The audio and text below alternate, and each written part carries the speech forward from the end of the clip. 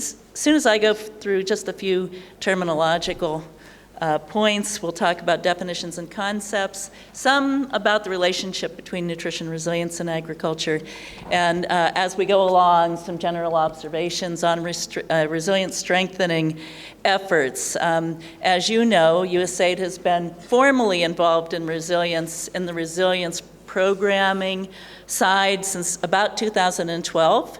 That's not a long time, but a lot has happened, and so hopefully we'll make some observations about, really what has happened.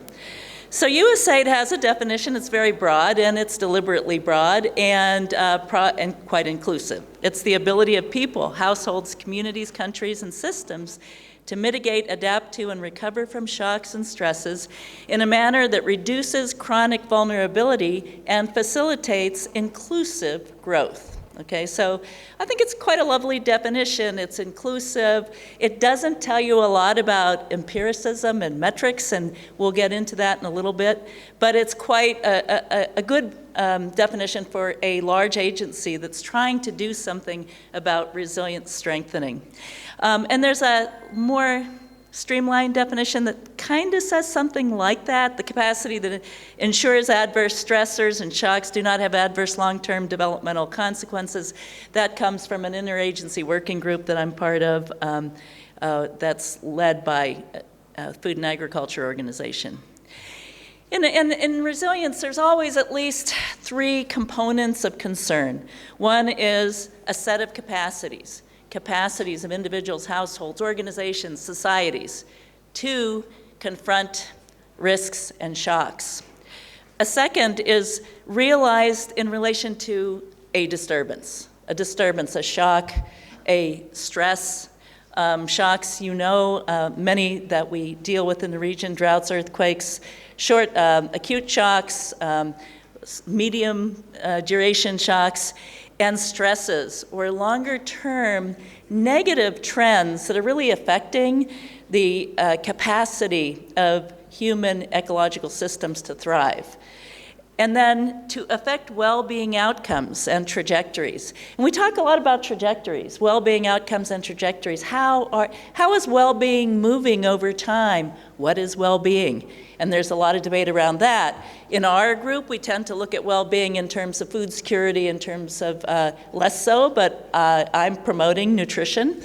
But these well-being outcomes we watch in relation to both shock exposure, when people get affected by shocks, but also what they do when they get affected by shocks. So their coping mechanisms. They may have capacities, but they might not use them. So, for example, during the Nepal earthquake, apparently people had bank accounts they couldn't access. They had capacities, they had savings, but they couldn't access them. So we look at the response too. So we look at the capacities and the response, and then how that affects people's well-being and how they're able to maintain or improve their well-being. And sometimes they can improve their well-being. In New Orleans, we definitely came out way ahead in education as a consequence of the shock. Okay, so it does happen. It should happen. You should always take advantage of shocks as windows of opportunity to actually change systems. And so in terms of resilience strengthening activities, there are program activities that are directed towards building resilience capacities that lead to effective resilience responses, hopefully, if our assumptions are correct. And this enables individuals and communities to maintain their well-being.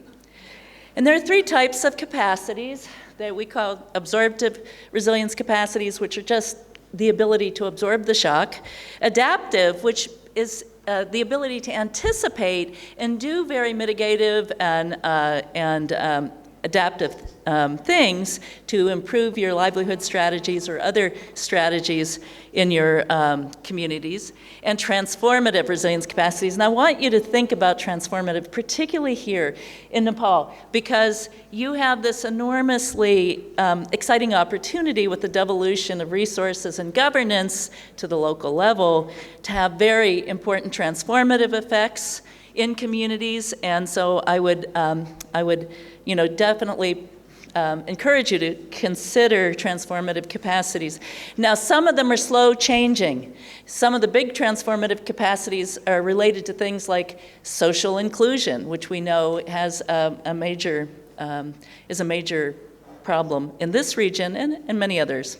Now, this I'm not going to go over, but what this basically says is that the capacities are overlapping, and that there are many different levels of capacities. And when we talk about measurement, you can measure capacities at different levels as well. Now, one set of capacities that has come up as very important is called social capital. And we talk about bonding, bridging, linking. Bonding means intergroup connectivity. Bridging means between groups or communities, and linking means vertical to power structures. And so these types of social capital have been shown to be something that we, as whatever we're doing, whether it's agriculture or nutrition, we can build these capitals. We can build social capital in the way that we do our projects. So for example, you can build bridging social capital if you train people from the same communities together. Sometimes it's a really effective way to build bridging social capital. You can build, and we often do, bonding social capital through financial inclusion activities like BSLAs.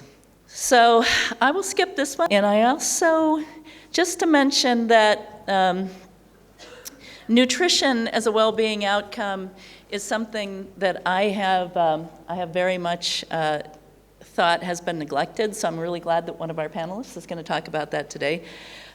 Nutrition is sort of the elephant in the room in many parts of the world where there's, for example, persistent global acute malnutrition, because it's very easy to go from having high levels of GAM to having humanitarian emergencies.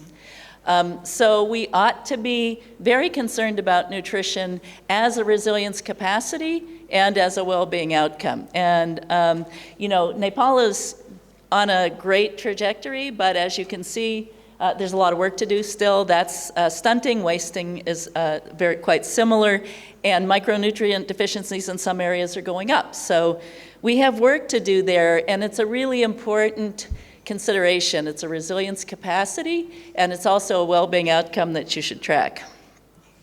And then what I'll do is move to transformative capacities in rural Nepal, and this is in some project areas, but this shows you where we have a lot of work to do here. Percent of the households with access to formal safety nets, quite low across the caste categories. Percent of households with access to markets within 10 kilometers, again, quite low, right? And especially in the topology that Nepal is located in. The access to basic services, it's a score, access to infrastructure, but look at access to agricultural extension. Not so good either, right? These are transformative capacity variables, and I'm just pointing out a few, but saying if you want to build to strengthen resilience that leads to scalable and sustainable change, you've got to deal with these transformative capacities. That's the future. And you can do it in different ways in terms of the way you design programs and also in the way that you implement programs. So that's all I wanted to say.